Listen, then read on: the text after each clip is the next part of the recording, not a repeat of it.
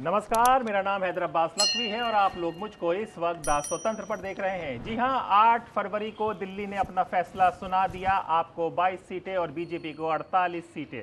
लेकिन उसके बाद दिल्ली में क्या घमासान मच रहा है, इस पर बहुत चर्चा हो रही है। चर्चा ये हो रही है कि आप पार्टी टूट जाएगी, पंजाब में आप सरकार गिर जाएगी। इन सब बातों में कितनी हकीकत है या फिर ये सब अफवाहें हैं, इन सब को जानने के लिए हमारे सहयोगी विक्रांत यादव जी हमारे साथ हमेशा की तरह हैं।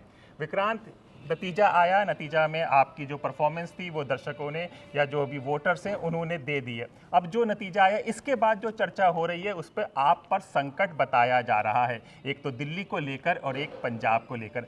असली चीज क्या है, असली तस्वीर क्या है, इसको स्पष्ट कीजिए हमारे दर्शकों को। देखिए, पहले बात करते हैं दिल्ली की। तो दिल्ली में आम आदमी पार्टी ने 22 सीटें जीती हैं। उनका मत प्रतिशत बीजेपी से 2% कम रहा है, लेकिन निश्चित तौर पर लोकतंत्र में आंकड़ों से ज्यादा महत्ता रखती है संख्या आपकी कितनी आई है। उसमें आम आदमी पार्टी पिछड़ गई है और इस बार सरकार नहीं बन रही है उसकी।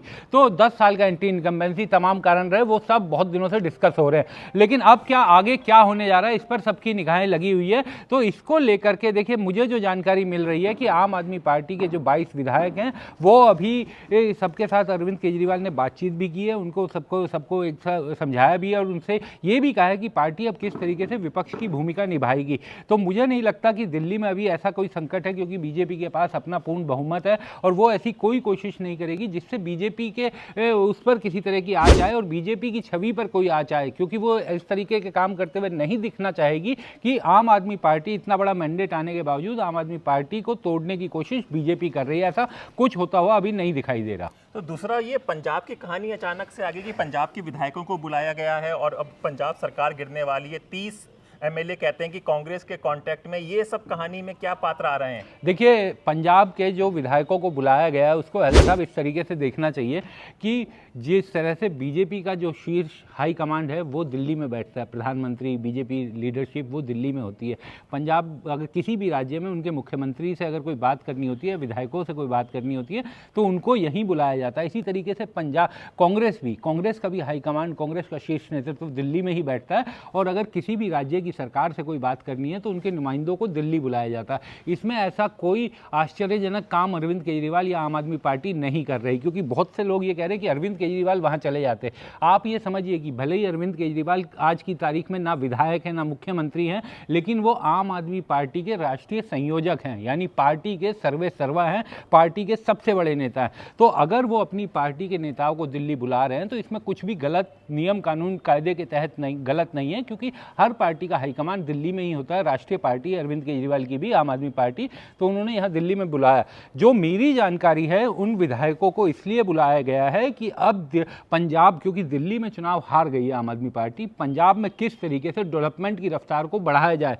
पंजाब में भी सरकार के खिलाफ कई तरह की शिकायतें हैं, कई तरह का लोगों को गुस्सा है कि उनके काम नहीं हो पा रहे, कुछ ऐसी समस्याएं भी हैं जिनको दूर करना तुरंत पार्टी को जरूरी लगता है। लेकिन मैं आपको जो मेरी सूत्रों से जानकारी, बातचीत हुई है, उसके आधार पर कह सकता हूं कि पंजाब में नेतृत्व परिवर्तन जैसी कोई चीज नहीं होने जा रही, यानी भगवंत मान ही मुख्यमंत्री रहेंगे। मंत्रिमंडल में अभी कोई बदलाव नहीं होने जा रहा, वही मंत्रिमंडल रहेगा। और केवल अरविंद केजरीवाल ने दिल्ली उन्हें इसलिए बुलाया है कि जो शॉर्टकमिंग उनको पिछले दिनों पता चली है उनके बारे में पंजाब सरकार को, विधायकों को अवगत करवाया जा सके। और दिल्ली की हार ने एक बड़ा संदेश दिया है कि आपको लोगों के बीच में जाना पड़ेगा, लोगों के बीच में रहना पड़ेगा। यही बात वहां पर विधायकों को समझाई जाएगी और सेंट्रल लीडरशिप के जरिए बताई जाएगी। ऐसी जो खबर आ रही है उसको भी थोड़ा स्पष्ट कीजिए कि 30 विधायक कांग्रेस के इसमें हैं और ये सबसे बड़ी चर्चा जो दिल्ली में चल रही है कि अरविंद केजरीवाल अब पंजाब के मुख्यमंत्री बनेंगे। देखिए, इसमें कोई ये केवल कहने की और इसे शुद्ध रूप से, प्योर रूप से अफवाह कह सकते हैं। अरविंद केजरीवाल जिस तरह की राजनीति करते हैं और जिस तरह का उनका अभी तक का राजनीतिक जीवन रहा है, इससे बड़ी गलती नहीं हो सकती। मुझे नहीं लगता कि अरविंद केजरीवाल इस तरह की कोई गलती सोच भी रहे होंगे। ये केवल उनके विरोधियों के दिमाग की उपज है जो अफवाहों के रूप में सामने आ रही है। अरविंद केजरीवाल कतई पंजाब के मुख्यमंत्री ऐसी बात सोच भी नहीं सकते, क्योंकि पंजाब का एक चरित्र है, पंजाब का एक कैरेक्टर है। वहां पर एक पगड़ी वाला सिख हमेशा मुख्यमंत्री रहता है और अरविंद केजरीवाल इस बात को भली भांति जानते हैं। उन्हें पता है कि पंजाब में ऐसा कुछ नहीं कर सकते। वो अरविंद केजरीवाल अपने लिए तो छोड़िए, अपनी पार्टी के किसी दूसरे नेता को जो पगड़ीधारी सिख नहीं है उसको वहां पर मुख्यमंत्री नहीं बना सकते। ये उन्हें उन्हें अच्छे से मालूम है और इस बात को वो जानते हैं। तो मुझे नहीं लगता कि भगवंत मान पर कोई संकट है, भगवंत मान ही मुख्यमंत्री रहेंगे। हाँ, ये बात जरूर है कि अरविंद केजरीवाल के दिशा निर्देश थोड़े बढ़ सकते हैं, क्योंकि किसी भी पार्टी के हाईकमांड की ये जिम्मेदारी भी होती है और जवाबदेही भी। पंजाब के लोगों के साथ अरविंद केजरीवाल जब चुनाव में गए थे तो उन्होंने कहा था कि अरविंद केजरीवाल की गारंटी है कि पंजाब में ये काम करेंगे। उसके बाद भगवंत मान को चेहरा बनाया गया था। तो अरविंद केजरीवाल ने गारंटी दी है पंजाब के लोगों को, वो पूरी करना अरविंद केजरीवाल की ही जिम्मेदारी है। और इसी कारण हो सकता है कि सरकार को दिशा निर्देश देने में, डायरेक्शन देने में, अपने सुझाव देने में अरविंद केजरीवाल की भूमिका बढ़े, लेकिन सत्ता में किसी तरह का बदलाव नहीं हो रहा, सरकार के चेहरे में किसी तरह का बदलाव नहीं हो रहा। सरकार के चेहरे में नहीं हो रहा। ये पंजाब और दिल्ली की बात हो गई। अब इंडिया गठबंधन पे बात कर ले। यहाँ पर अब अरविंद केजरीवाल का क्या रोल होगा और उनकी क्या भूमिका होगी? देखिए, अरविंद केजरीवाल का इंडिया गठबंधन, क्योंकि इंडिया गठबंधन इस पूरे चुनाव में उसे काफ़ी चोट लगी है और ये सवाल उठने लगे हैं कि अब इंडिया गठबंधन है भी या नहीं।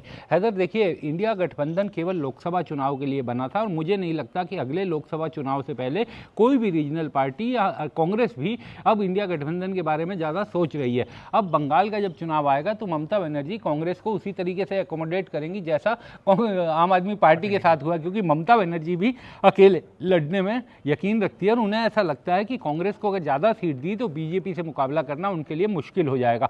और कांग्रेस भी हर जगह सीटें नहीं छोड़ सकती, उसने दिल्ली में भी नहीं छोड़ा, वो बंगाल में भी लड़ेगी। लेकिन बिहार में क्योंकि पहले से तालमेल अच्छा है तो ये माना जा सकता है कि बिहार में आरजेडी के साथ उनका गठबंधन सिरे पर चढ़ सकता है। लेकिन मुझे लगता है कि बंगाल में यह होना बहुत मुश्किल होगा और अब इंडिया गठबंधन की जो चर्चा है वो अगले लोकसभा के समय ही होगी। आप देखिएगा, उससे पहले राज्यों के चुनाव जो क्षेत्रीय छत्रप हैं उनकी मर्जी से, उनके हिसाब से चलेंगे और कांग्रेस अगर उसमें एडजस्ट हो सकेगी, उतना बड़ा दिल दिखा पाएगी तो कांग्रेस एडजस्ट होगी, वरना कांग्रेस के पास अलग लड़ने का विकल्प होगा।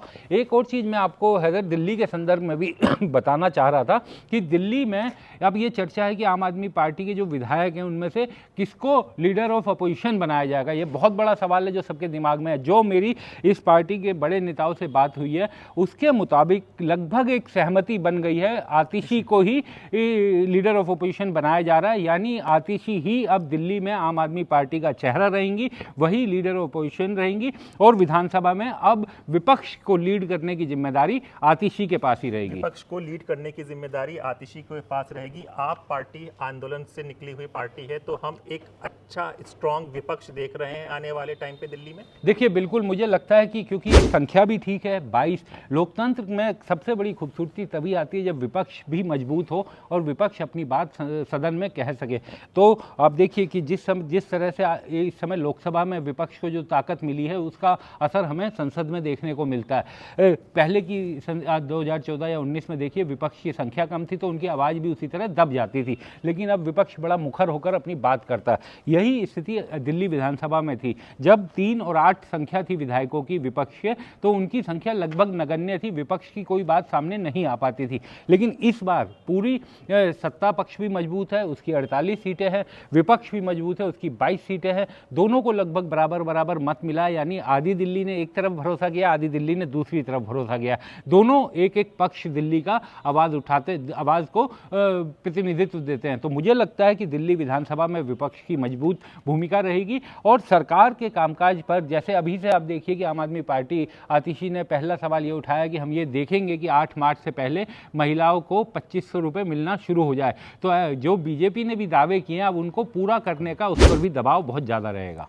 हाँ, दूसरी ये बात है कि ये सब हमारा पार्टी का होगा, सब चीज़ें मिलेंगी, बातचीत होगी, तो अब आने वाले टाइम पे आप एलजी जी की भूमिका क्या देखते हैं? हाँ, एलजी साहब की तो जो भूमिका होनी थी वो काम उनका हो चुका है और अब एलजी उसी तरीके से काम करेंगे जिस तरीके से एलजी को काम करना चाहिए। जो उनका मैंडेट है, संविधान में जो मैंडेट है, अब देखिएगा वो उसी तरीके से काम होगा।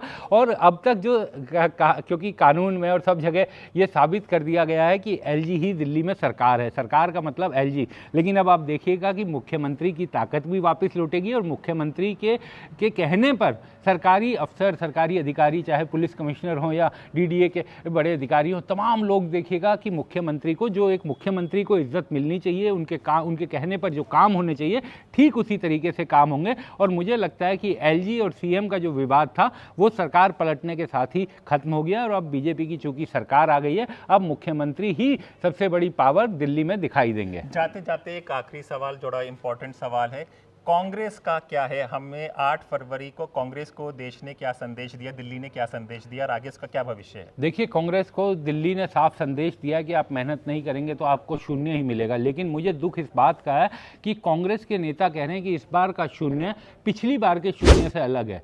यानी वो इस बात से खुश हैं कि हमने अरविंद केजरीवाल को सत्ता से बेदखल कर दिया, लेकिन उन्हें इस बात की चिंता नहीं है कि हम इस बार भी शून्य ही आए हैं। तो उनकी शून्य में कोई बदलाव नहीं आया है और जब अब वो ये तय करने में जुटे हैं कि उनका बड़ा दुश्मन कौन है। दिल्ली में उन्हें भले ही अरविंद केजरीवाल अपना बड़ा दुश्मन लग रहा है, लेकिन उनकी लीडरशिप के लिए आज भी शायद बीजेपी ही बड़ा दुश्मन, राजनीतिक दुश्मन है। लेकिन ये कन्फ्यूज़न, ये हर स्टेट में और सेंट्रल लीडरशिप में कन्फ्यूज़न है कांग्रेस की, और जब तक कांग्रेस की स्टेट और सेंट्रल लीडरशिप हर राज्य की ये कन्फ्यूजन दूर नहीं करेगी, कांग्रेस अपने प्रदर्शन को नहीं सुधार सकती। कांग्रेस अपने प्रदर्शन को नहीं सुधार सकती, लेकिन जो खबर है दिल्ली की वो आपको सही और सटीक द स्वतंत्र पर मिलेगी। इसीलिए बने रहिए द स्वतंत्र के साथ और अपने दोस्त हैदर अब्बास नकवी को इजाजत दीजिए। नमस्कार।